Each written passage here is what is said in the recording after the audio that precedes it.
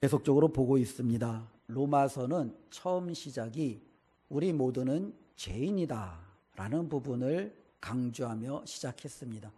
그렇죠. 우리는 죄인입니다. 율법이 있든 율법이 없든 유대인이든 이방인이든 남자든 여자든 능력이 있든 없든 우리 모두는 하나님 앞에 죄인입니다. 죄인의 결과는 파멸입니다. 죽음입니다. 사망입니다. 그 어떠한 소망도 우리에게는 주어지지 않지요. 어떻게 우리가 이 사망, 때로는 하나님이 주시는 이 영원한 멸망으로부터 건짐을 받을 수 있습니까? 로마서에서 바울은 말합니다. 오직 믿음만이 이것이 가능하다라는 거예요. 믿음만이 우리를 사망에서 생명으로, 소망 없는 저와 여러분들의 삶을 소망 있는 영원한 정말로 하나님이 주시는 은혜의 자리로 옮길 수 있는 유일한 길이다 라고 말하고 있습니다. 그런데 이 믿음으로 산다라는 것 자체도요, 참 힘들어요. 믿음을 갖고 특별히 이 믿음에 따라 우리가 주님의 뜻에 맞춰서 살아가는 것이 우리의 결단, 때로는 우리의 원한대로 되면 얼마나 좋겠어요. 근데 그게 잘 안 돼요. 믿음을 갖는 것도 내 뜻대로 안 되고요. 믿음대로 살아가는 것도 내 뜻대로 되지 않아요. 끊임없이 무너지고 좌절하고 넘어지는 우리의 삶을 바라보게 됩니다. 바울이 외쳤던 오라 나는 곤고한 사람이로다. 내 안에 정말로 원하는 선은 있는데 이 선을 행하지 못하는 자기 자신을 바라보며 절망 속에 부르짖는 그의 외침을 어쩌면 그 한 사람의 외침이라고 우리가 치부할 수가 없지요. 오히려 그의 외침은 바로 우리 모두의 외침입니다.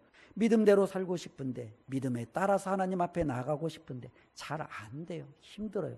어떻게 해야 될까요? 로마서 8장은요. 바로 그것을 이루시는 분이 하나님이시다 라고 우리에게 말씀해 주고 있습니다. 그리고 그것이 바로 은혜예요.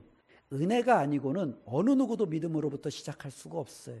은혜가 아니고는 어느 누구도 믿음의 그 발자취에 따라 정말로 그 믿음이 요구하시는 그 마지막에 그 자리에 설 수가 없어요.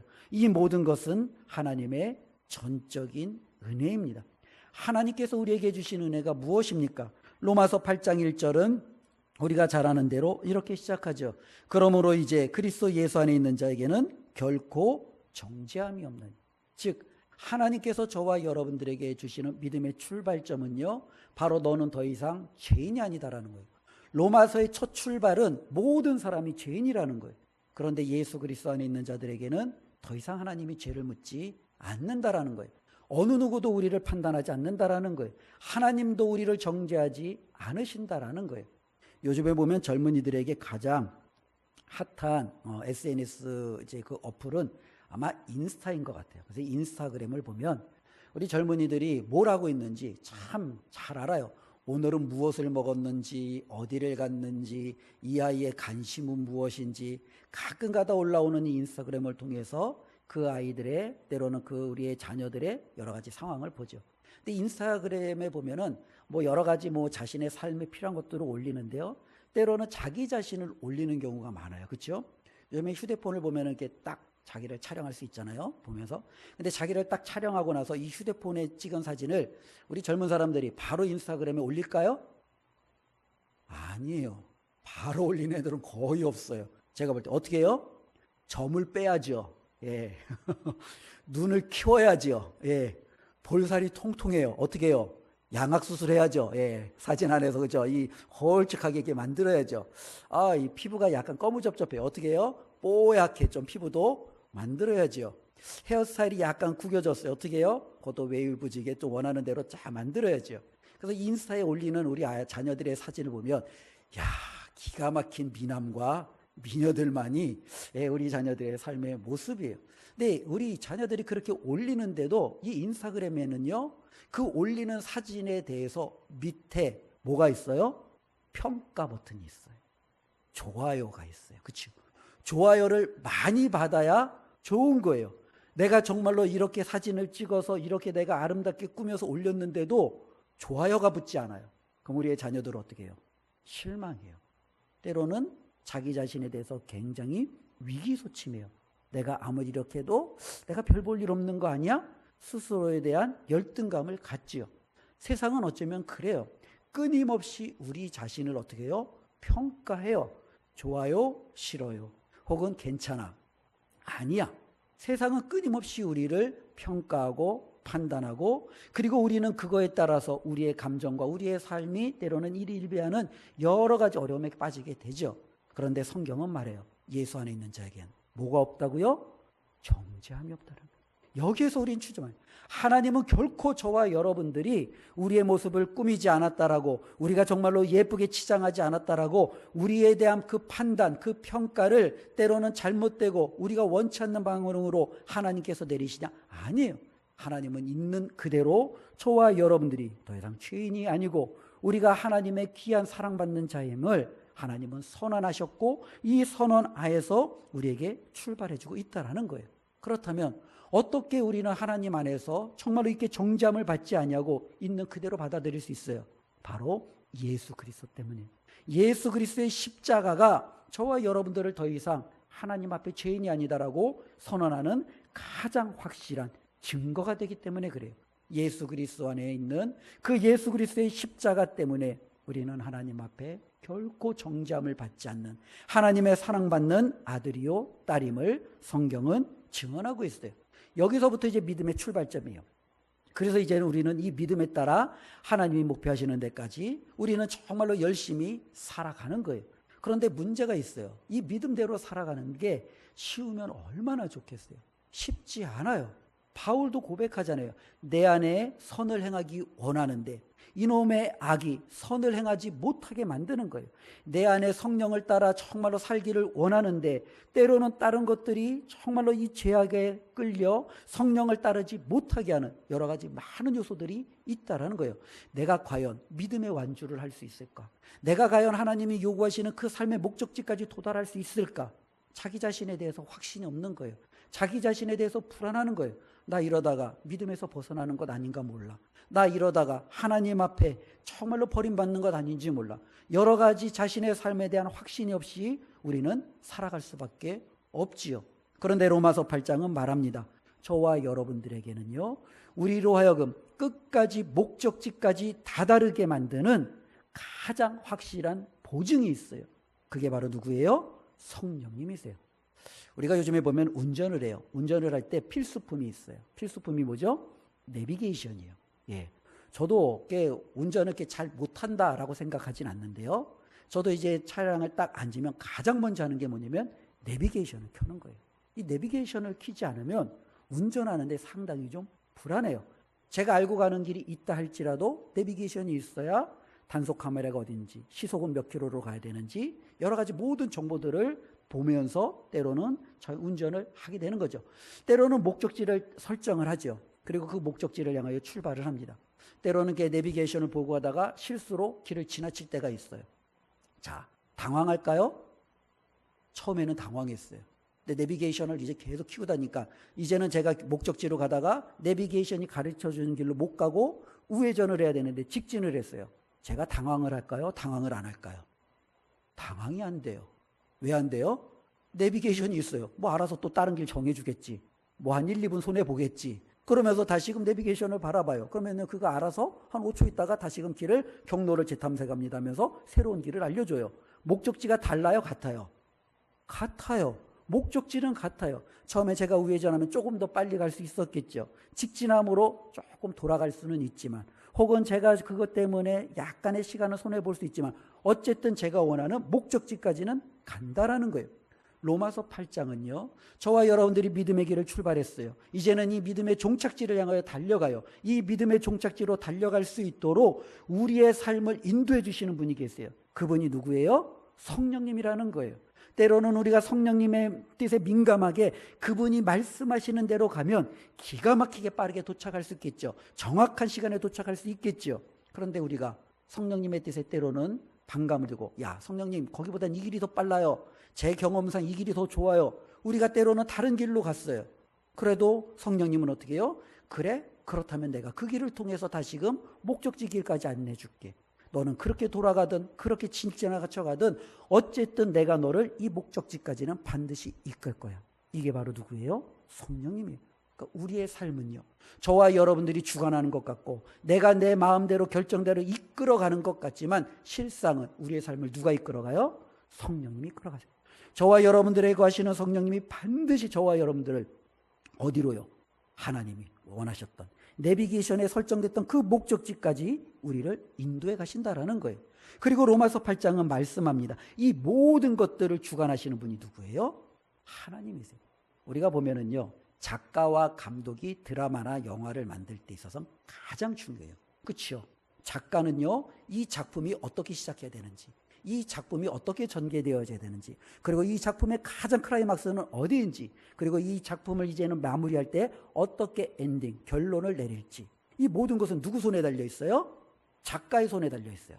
이 작가가 원하는 대로 가는 거예요. 작품은요. 그렇죠? 작가가 시작과 마지막과 그 모든 것들이에요. 이 작가만큼 중요한 게 누구예요? 이 작품을 가지고 감독하는 사람이에요. 이 감독이 어떻게 이 영화와 드라마를 그의 손에서 만지작 하느냐에 따라 그 작품이 새롭게 또한 만들어지는 거예요. 어쩌면 우리의 삶을 하나의 이와 같은 작품으로 비교한다면 우리의 삶이 어떻게 시작이 되었고 우리의 삶이 어떠한 가정과 경로를 거쳐 우리의 삶의 인생의 절정과 여러 가지 많은 위기들은 무엇이고 이 모든 것들을 거쳐 우리의 삶은 어떻게 마무리될까? 이 모든 것을 누가 관여하세요? 성부 하나님이 갖고 계시는 거예요. 저와 여러분들의 삶에 대한 모든 그 작품의 작가는 우리 하나님이세요. 그리고 그 하나님은 자신의 뜻에 맞게끔 감독하시며 연출하시며 우리의 모든 삶을 이끌어 가신다라는 거예요. 로마서 8장은 바로 이것을 보여주고 있다라는 거예요. 우리의 믿음의 첫 출발을 예수 그리스도를 통해서 세우시고 이제는 땅 하고 출발할 때 성령님께서 정말로 내비게이션처럼 우리의 길을 이끌어 가시고 그리고 이끌어가는 모든 가정 가운데 우리 하나님은 결코 저와 여러분들을 한순간도 놓치지 아니하시며 처음부터 끝까지 그곳에 도달하는 그 순간까지 우리 하나님께서 책임져 주시겠다라는 것이 로마서 8장이에요. 우리는 이것을 가리켜 한마디로 뭐라고 말해요? 은혜예요. 은혜가 아니고서는 어느 누구도 구원받을 수가 없어요. 이 땅에 존재하는 어느 누가 자기가 의롭다고 내가 하나님의 말씀에 이 정도 순종했다고 나는 다른 사람들하고 다르다고 그래 나 정도는 괜찮아라고 하나님 앞에 말할 수 있는 사람이 누가 있어요? 없어요. 오직 우리는 모두가 하나님 앞에 섰을 때 하나님의 은혜였습니다. 이것 외에는 우리가 하나님 앞에 고백할 것이 아무것도 없다라는 겁니다. 바로 이 부분을 오늘 말씀은 다시 한번 우리에게 가르쳐주고 있습니다. 우리 12절 말씀 우리 한번 읽어볼까요? 그러므로 함께 읽습니다. 그러므로 형제들아 우리가 빚진 자로 돼 육신에게 져서 육신대로 살 것이 아니니라. 야, 빚진 자라는 거예요. 우리는 빚진 자라는 거예요. 그러면은 누구에게 빚을 졌느냐라는 거죠.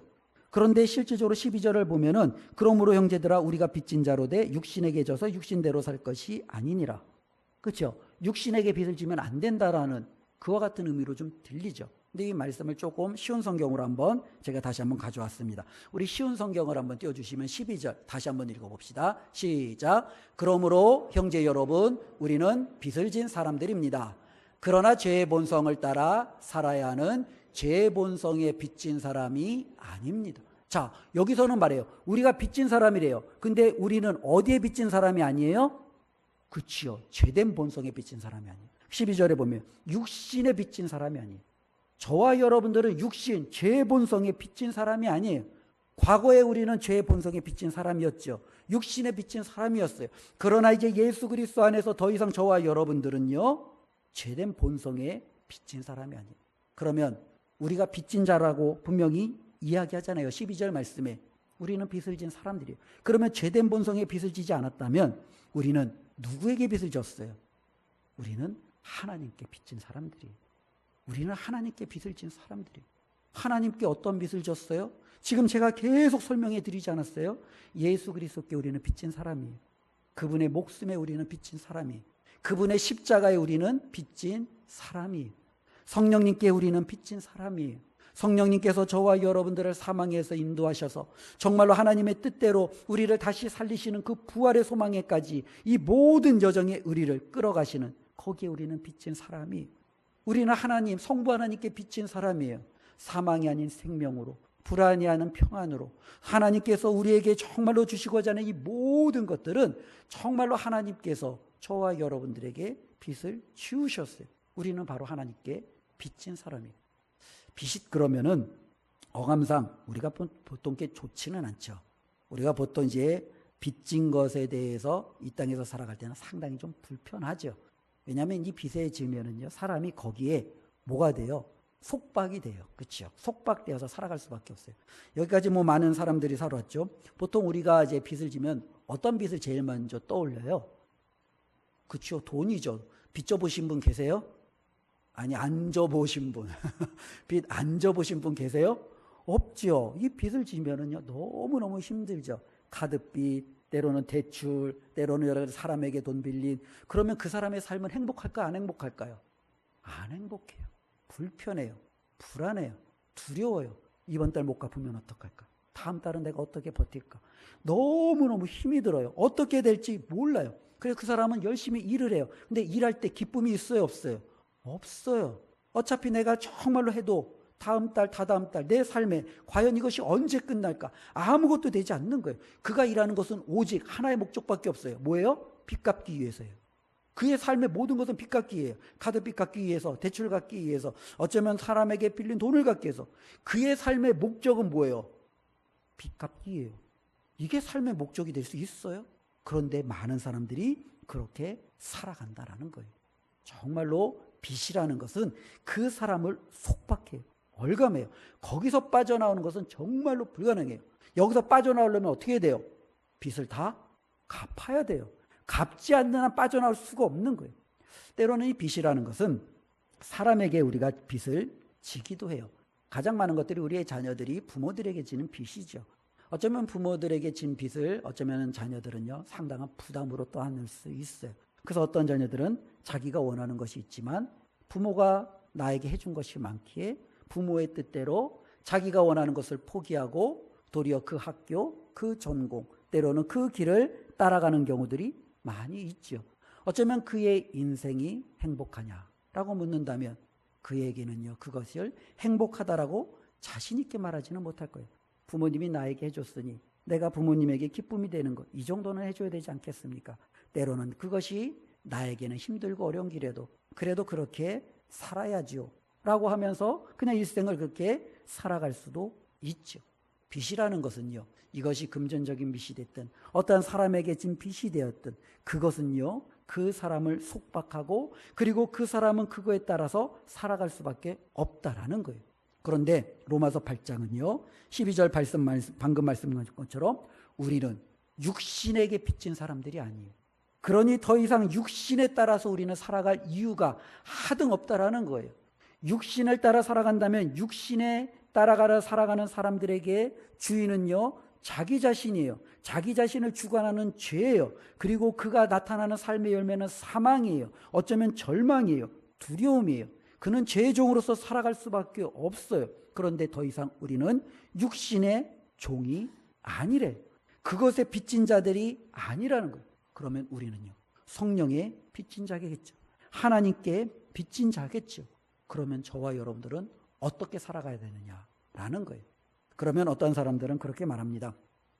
육신에 비춰서 힘들게 살아가나 성령에게 비춰서 하나님에게 비춰서 내가 그렇게 살아가는 거나 뭐가 달라요? 라고 질문할 수 있겠죠. 육신에 비춰서 그 육신이 나를 지배하고 정말로 그 육신의 그와 같은 열매를 맺으며 절망과 파멸의 길을 가나 하나님 앞에 비춰서 정말로 하나님의 말씀에 율법에 아니면 하나님이 나를 속감에는 그 많은 규율에 내가 정말로 그렇게 정말로 내 자신이 끌려가나 별 차이가 없는 것 아니에요? 라고 말할 수 있잖아요. 그런데 하나님께 빚진다라는 것은 우리가 육신에 빚진다는 것하고는 좀 다른 차원이에요. 전혀 다른 차원이에요. 그러나 이것을 조금 설명을 쉽게 하기 위해서 오늘 이 빚이라는 것을 바울은 하나의 예를 들었을 뿐이라는 거예요. 그러면 우리가 하나님께 빚진 자로서 하나님께 속한 자로서 그와 같은 삶은 어떤 삶이냐라는 거죠. 우리 14절 한번 보겠습니다. 14절 같이 함께 읽습니다. 무릇 하나님의 영으로 인도함을 받는 사람은 곧 하나님의 아들이라. 예, 하나님께 빚진 자들 그리고 하나님 앞에 빚진 자들은 하나님의 인도함을 받는 사람들이에요. 그들의 삶은요 그것에 구속되고 속박되고 얽매이는 삶이 아니라 어떤 삶을 살아간대요? 하나님의 자녀의 삶을 살아간다라는 것. 자녀의 삶을 살아간다라는 것. 저는 예전에 누누이 말씀드렸지만 저희 아버지가 굉장히 좀 엄격하셨어요. 그래서 이 자녀의 삶은 상당히 저에게는 부담스러운 삶이에요. 그런데 제가 이제 아빠가 되었잖아요. 제가 자녀들을 키우고 있잖아요. 저희 자녀들을 바라보면서 저에게 느껴지는 건 뭐냐면, 야, 우리 자녀들 정말로 자유하다. 야, 정말로 괜찮다라는 삶이 돼요. 자녀들 보면 자기가 앉고 싶은데 앉아요. 자기가 하고 싶은 걸 다 해요. 자기가 어쩌면은 모든 것들의 집안의 마냥 주인인 것처럼 그 모든 자유를 누려요. 그런데 때로는 그 모든 모습을 보면 제 안에 불편함이 있고 정말로 그것에 대한 분노가 있느냐? 그렇지 않아요. 기뻐요. 어쩌면 그렇게 자기가 하고 싶은 것을 이렇게 편안하게 하는 그 자녀들 보면서 얼마나 제가 행복한지 모릅니다. 어쩌면 하나님의 자녀가 되는 것은 이와 같은 거예요. 하나님의 자녀가 되는 것은 저와 여러분들이 그것 때문에 억눌리고 힘들고 우리의 삶이 그것에 속박되어서 굉장히 힘들고 어려운 삶을 살아가는 게 아니라 자녀가 그 아버지의 집에서 누릴 수 있는 온전한 자유가 있듯이 하나님의 자녀가 되는 것은요, 더 이상 죄종이 아니라 하나님의 아들과 딸로서 이제는 이 모든 것을 누릴 수 있는 풍성한 자유가 주어지는 삶이라는 거예요. 그래서 성경은요, 저와 여러분들이 더 이상 하나님 앞에 우리가 빚진 자로서 때로는 그것에 여러 가지 과거의 얽매인 자로서 우리 스스로가 그렇게 살아가는 자가 아니라 하나님을 아버지라고 부르며 살아가는 온전한 자유인이 되었음을 성경은 우리에게 증언해 주고 있다는 겁니다. 그러니 저와 여러분들의 신앙생활할 때 우리가 하나님 앞에서 불편한 것은요, 이상한 거예요. 하나님의 말씀을 들을 때 이것이 저와 여러분들의 삶 가운데서 뭔가 자꾸 그것 때문에 우리의 삶이 제약받는다라고 느껴지는 것은 잘못된 거예요. 우리의 신앙생활이 하나님 앞에 진정한 자유함을 우리가 지금 누리지 못하고 있다는 거예요.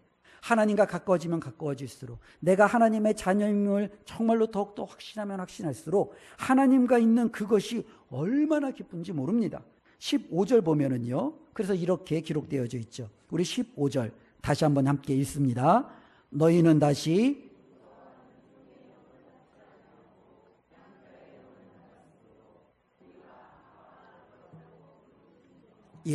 우리가 정말로 하나님 앞에 빚진 자가 되어 성령님의 인도하심을 따라 살아가는 자는요, 하나님이 두렵지 않아요. 무섭지 않아요. 하나님이 언제 무서워요? 그건 내가 육신에 속했을 때 무서운 거예요. 왜? 하나님의 뜻대로 행하지 못하면 내 삶의 결국은 파멸이니까. 그것을 알기에 하나님이 두려운 거예요. 그런데 하나님의 자녀가 되었을 때도 여전히 하나님이 무섭고 두렵다? 이건 뭔가 잘못되어졌다라는 거예요. 하나님의 자녀가 되었을 땐 더 이상 하나님이 어때요? 무섭지 않은 거예요. 예전에는 하나님을요, 두려움으로 하나님의 이름을 함부로 부르지도 못했어요. 하나님 앞에 감히 나아가지도 못했어요. 그런데 이제는 그 우리 안에 거하시는 성령님을 통해서 하나님을 우리가 뭐라고 불러요? 아빠라고 부른다는 거예요. 하나님을 아빠라고 부른다는 거예요. 우리의 자녀들이 아빠를 정말로 사랑스러운, 때로는 장난스러운, 친근한 그와 같은 단어를 통해서 그 아버지를 부르는 것처럼 우리가 하나님을 그렇게 부를 수 있다라는 거죠. 바로 저와 여러분들은 하나님의 자녀입니다. 바로 이 하나님의 자녀가 되게 하심으로 하나님께서는 우리의 삶이 하나님이 아버지가 되시고 우리 모든 것들을 책임져 주고 계심을 분명히 말씀하고 있어요. 그런데 로마서 8장은요, 자녀로서 끝나지 않아요. 하나님께서 저와 여러분들을 자녀로서 그 한 자리에 머무르게 하지 아니하시고 한 단계 더 깊게 나아가게 하십니다. 우리 17절 함께 읽습니다. 자녀이면 또한 상속자 곧 하나님의 상속자요. 하나님께서는 우리를 자녀로 삼아주셨어요. 근데 자녀에 머무르지 아니하고 저와 여러분들은 하나님의 자녀로서 이제 어떠한 권한도 물려받아요? 상속자로서의 권한도 물려받아요. 상속자. 그렇죠? 이 상속자라는 건 뭐예요? 하나님이 가지고 있는 모든 것들을 이제는 누구에게 주시겠다라는 거예요? 우리에게 주시겠다라는 거예요. 예전에 우리나라에는요, 이 상속에 대해서 끊임없는 여러 가지 많은 분란들이 있었잖아요. 장남이 더 많이 가져야 된다. 때로는 어쩌면 여러 가지 결혼을 했기 때문에 출가해인은 여기에서 제외가 된다. 이런 많은 논란들이 있었어요. 그런데 지금 한국 사회에서는요, 이 모든 것들을 한 번에 정리했죠. 자녀들은요, 더 이상 뭐예요? 차별받지 않아요. 장남이라고 더 받거나 내가 결혼을 해서 이제 떠나서 이젠 상관없다고 안 받거나 그러지 않아요. 모든 자녀는요 균등하게 받아요. 여러 가지 뭐 세부적인 것들은 조금 남을 수 있지만 큰 틀 안에서는 더 이상 자녀라면 부모님의 그 재산의 상당 부분을 물려받는 것은 당연하게 되어졌다는 거예요. 이것은 어쩌면 그에게 있는 놀라운 특권이고 권한이 됐다는 거예요. 하나님의 자녀로서 저와 여러분들은요 바로 하나님께 상속자가 되었다라는 거예요. 그런데 이 상속자는요 바로 예수 그리스도와 함께한 상속이라는 거예요. 우리 17절 다시 한번 읽어보겠습니다. 자녀이면 또한 상속자 곧 하나님의 상속자요 그리스도와 함께한 상속자니. 예, 우리는 예수 그리스도와 함께한 상속자예요. 즉 예수 그리스도께서 하나님께로부터 받은 그와 같은 똑같은 것을 우리도 어떻게 해요? 상속받는 거예요. 궁금하죠? 예수님이 하나님 앞에 뭘 상속받았는지요.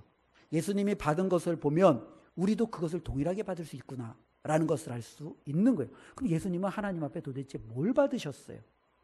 우리 빌립보서 2장 8절부터 10절입니다. 빌립보서 2장 8절부터 10절 우리 같이 함께 읽습니다. 사람의 모양으로 나타나사 자기를 낮추시고 죽기까지 복종하셨으니 곧 십자가의 죽으심이라. 이러므로 하나님이 그를 지극히 높여 모든 이름 위에 뛰어난 이름을 주사 하늘에 있는 자들과 땅에 있는 자들과 땅 아래 있는 자들로 모든 무릎을 예수의 이름에 꿇게 하시고. 자, 하나님께서 예수님께 주신 게 뭐예요?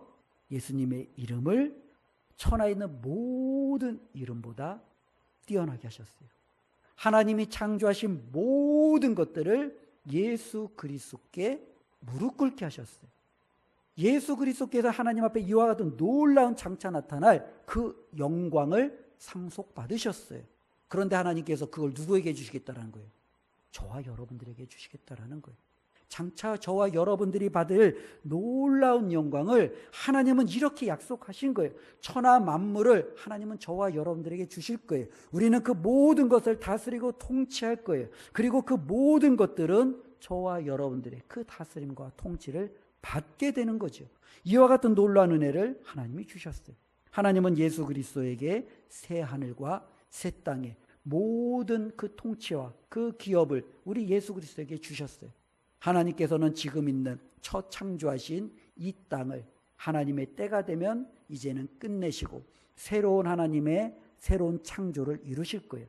그곳에서는 새로운 하늘, 새로운 땅, 하나님께서 정말로 계획하신 그 새로운 모든 계획들이 이루어질 거예요.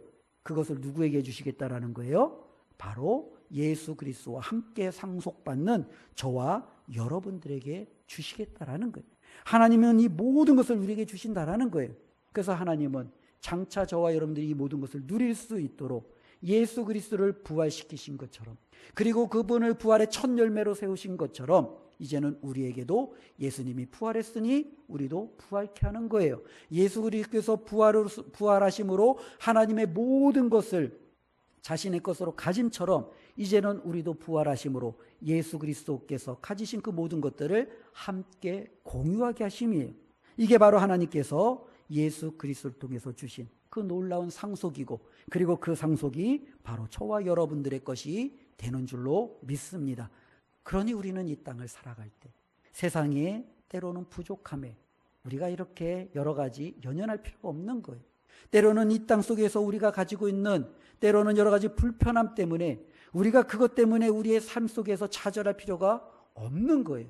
우리는요, 장차 주어질 것을 바라보며 하나님이 주실 그 놀라운 상속 때문에 우리는 이 땅에서 힘있게 살아가는 것 아니겠습니까? 그런데 여기서 하나님께서 우리가 이와 같이 예수 그리스도와 우리가 공동 상속자가 되어 하나님의 놀라운 영광을 받기 위해서 우리가 거쳐야 될 하나의 과정을 두셨어요. 그게 바로 17절에 나와 있죠. 우리 17절 다시 한번 읽어보겠습니다. 자녀이면 또한 상속자.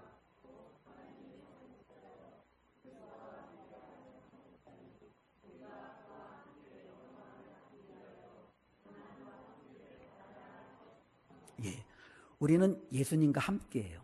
그래서 예수님이 하나님께 받은 모든 상속을 그분과 함께 우리도 받아야 돼요. 그런데 우리가 이것을 받기 위해서는 또한 뭘 받아야 돼요? 예수님이 받으신 고난도 받아야 돼요. 어떤 사람은 고난 없이 상속만을 받기를 원해요. 하나님은 그거를 우리에게 허락하지 않으셨어요.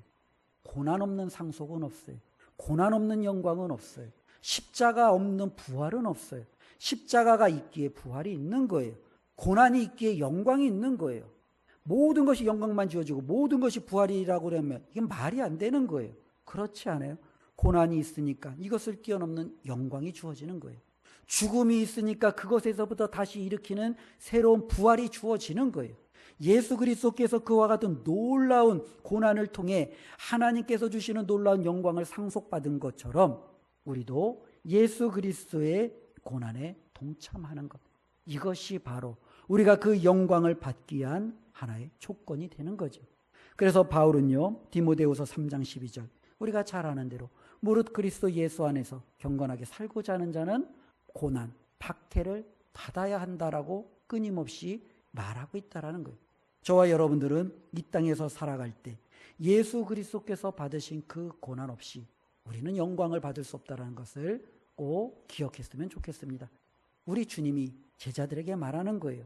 그들은 예수님 앞에서 자신들이 좌우에 서서 예수님이 영광 받으실 때 그 영광을 누리기를 원했어요. 그런데 우리 주님은 그 제자들에게 먼저 자기 십자가를 지고 자기를 부인하고 나를 따르라는 거예요. 그리고 그 이후에 주어질 것은 하나님께 달려 있다라는 거예요. 그런데 제자들은요, 하나님이 예수님이 받으신 그 고난에는 관심이 없어요. 오직 영광에만 있다라는 거예요. 우리도 그럴 수 있다라는 거예요. 우리의 이 연약함이 오늘 말씀을 통해서 다시 한번 내가 예수 그리스도 때문에 받는 고난이 있어야 그분이 누리셨던 그 놀라운 영광에 동참할 수 있다라는 이 놀라운 진리의 사실을 다시 한번 꼭 기억했으면 좋겠습니다. 우리가 정말로 하나님의 상속자가 되어지는 그 과정 가운데 고난이 포함되어져 있다는 것을 우리 모두가 기억한다면 우리의 삶 속에서 오는 이 고난은요, 불편함이 아니에요. 그것은 단지 사라져야 될 것들이 아니에요. 오히려 그것이 있기에 저와 여러분들은 더 큰 영광을 바라볼 수 있는 소망이 되어진다라는 겁니다. 고난을 우리가 함께 받는다라는 것은 구체적으로 무엇을 의미할까요? 복음 때문에 불편을 감수할 줄 아는 거예요. 그렇죠. 내가 예수 때문에 직장에서 더욱더 정직을, 때로는 진실을, 때로는 정말로 다른 사람들이 행하는 그 악에 동참하지 않으므로 손해를 보더라도 때로는 내가 정말로 주님 앞에서 살아내는 거예요. 내가 가지고 있는 이 믿음의 고백을 정말로 많은 사람들에게 드러내므로 사람들이 조롱하고 때로는 나를 떠나보내도 내가 정말로 여기서부터 내가 정말로 이것을 드러내는 것을 멈추지 않는 거예요. 우리가 이 부분들 속에서 우리는 상관없다라고 생각하지만 우리 주위에 보면 상당 부분이 많이 있어요. 특별히 연예인들을 보면은요, 그분들이 처음부터 이게 확 인기가 높은 건 아니잖아요. 어느 정도 그들이 인기를 얻어요. 그리고 많은 사람들의 사랑을 받아요. 근데 많은 사람들의 사랑을 받을 때 많은 사람들의 대중 앞에서 자신의 신앙을 고백하는 것이 굉장히 어려워요. 내가 무명이었을 때는 신앙 고백하는 게 어렵지 않아요. 왜? 나를 알아봐주는 사람이 없으니까 신앙 고백하는 것이 쉬워요. 그러나 내가 정말로 많은 사람들의 사랑을 받을 때 신앙 고백하는 것은 어려워요. 내가 혹시라도 교회, 때로는 예수 그리스도에 대한 신앙을 고백하다가 오늘날 많은 젊은이들은, 많은 사람들은 교회를 싫어하는데, 신앙을 갖는 것을 싫어하는데, 다른 종교를 가진 사람들이 어쩌면 나를 더 싫어하고 미워할 수도 있을 텐데 그것을 고백하는 것은 굉장히 어렵죠. 정치인들도 마찬가지예요. 내가 정말로 어떤 정치를, 때로는 정말로 무언가 꿈을 가지고 그 길을 가서 그 위치에서 나의 믿음을 고백하는 것은 쉽지가 않아요. 많은 사람이 혹시라도 내가 가지고 있는 이 종교 때문에, 그 믿음 때문에 나를 이상하게 보진 않을까, 나를 이제 지지했던 사람들이 나를 철회하지 않을까, 그와 같은 것들 때문에 서슴없이 내 신앙을 고백하는 것 쉽지가 않아요.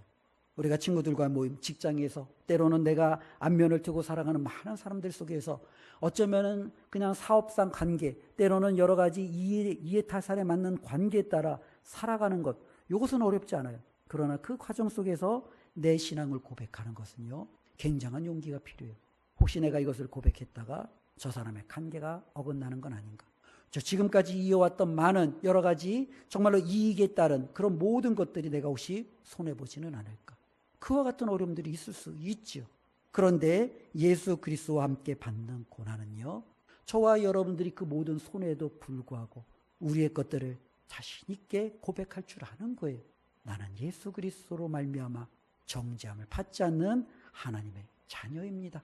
나는 그분에게 소망을 두고 살아가는 믿음 앞에서 나는 지금도 살아가고 있습니다. 이것을 고백할 줄 아는 것, 이것이 바로 고난에 동참하는 어쩌면 첫 걸음임을 우리는 깨닫게 됩니다. 때로는 자기를 부인하는 삶이 고난에 동참하는 거죠. 나를 부인한다는 것은 내 자체 모든 것을 사그라지게 하는 게 아니겠죠. 우리는요, 많은 시간이 있지 않아요. 시간이 언제나 촉박해요. 이 시간은 나를 위해서 사용하기만 해도 굉장히 작아요. 나를 위해서 일해야 돼요. 내가 사랑하는 가족을 위해서 최선을 다해야 돼요. 그들과 나는 함께 즐겨야 될 시간도 부족해요. 근데 그것을 떼어서 다른 누군가에게 내 시간을 희생하고 나눈다라는 것, 어려워요. 정말로 해야 될 많은 것들 가운데 내가 그를 위해서 정말로 섬겨야 되는 것, 너무너무 정말로 부담스러워요. 그러나 그렇게 할 줄 아는 게, 이게 바로 그 예수님의 고난에 동참할 줄 아는 거죠. 저와 여러분들의 삶 가운데 이와 같은 은혜가 있기를 주님의 이름으로 부탁을 드립니다.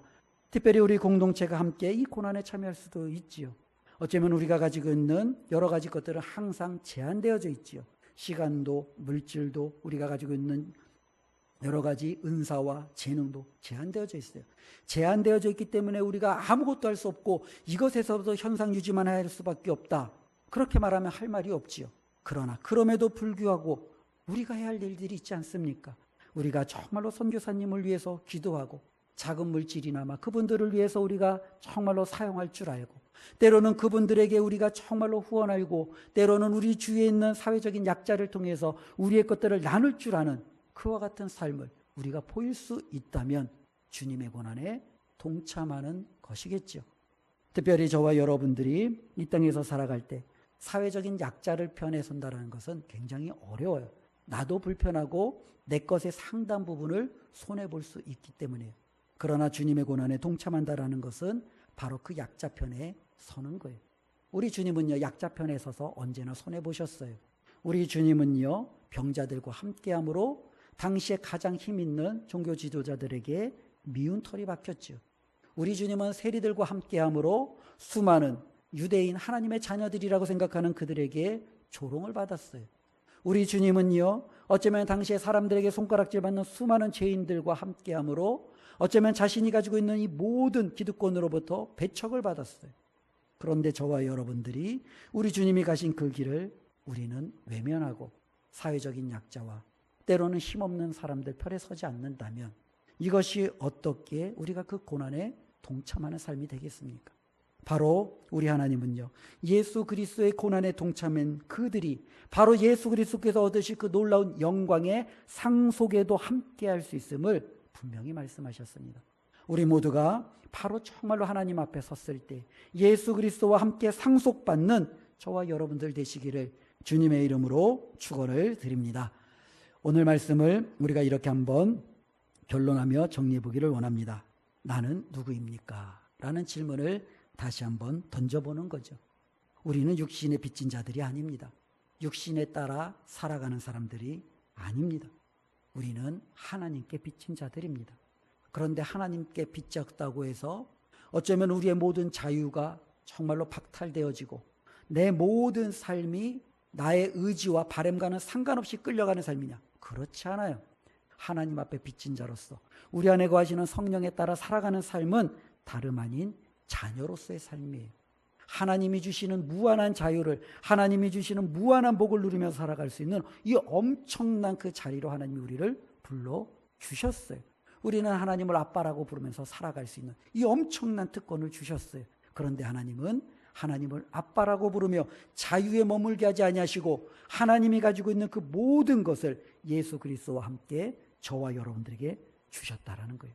우리는 장차 주어질 이 놀라운 영광의 상속을 받으며 기대하며 상속자로서 이 땅을 살아가는 거예요. 우리도 부활할 거예요. 우리도 새하늘과 새 땅에서 하나님이 주신 그 놀라운 영광의 기업을 갖게 될 거예요. 우리도 정말로 하나님이 주시는 그 놀라운 세상에서 많은 것을 다스리며 통치하며 하나님이 주시는 놀라운 그 특권을 누리며 살게 될 줄로 믿습니다. 우리가 이를 위해서 지금 그 영광을 바라보지만 고난에도 함께 동참할 줄 안다면 하나님 안에서 정말로 주님이 주시는 그 기쁨을 더 크게 누릴 줄로 믿고 나아갈 줄로 믿습니다. 이것을 기억하며 고난에 동참하고 영광을 바라보며 승리하는 삶이 되시기를 주님의 이름으로 축원을 드립니다. 기도하겠습니다. 하나님, 그렇습니다. 우리가 이 땅을 살아갈 때 하나님 죄된 본성에 하나님 빚진 자로서 살아가지 않게 하시고 성령님께서 우리를 구원하시고 이끌어 가시고 함께 하심으로 하나님 앞에 빚진 자로서 살아갈 수 있도록 우리의 삶을 바꾸어 주심에 감사를 드립니다. 이제는 그에 합당한 삶이 되게 하여 주시옵소서. 세상을 바라보지 않게 하시고 하나님이 주실 영광을 바라보게 하여 주시옵소서. 하나님, 세상에서 못다한 것들 때문에 하나님 정말로 가슴 아파하는 삶이 아니라 내가 바로 하나님의 자녀, 아들이요 딸임을, 또 하나님이 주실 그 놀라운 상속 때문에 기쁨의 삶을 살아갈 수 있는 믿음이 되게 하여 주시옵소서. 이를 위해서 예수 그리스도의 고난에 동참하게 하여 주시옵소서. 그것을 피하려고 애쓰는 자가 아니라 어떻게 하면 더 예수님처럼 그분의 가까운 삶을 살아갈 수 있을까 힘쓰고 애쓰는 귀한 성도의 삶이 되게 하여 주시옵소서. 예수님의 이름으로 기도드리옵나이다. 아멘.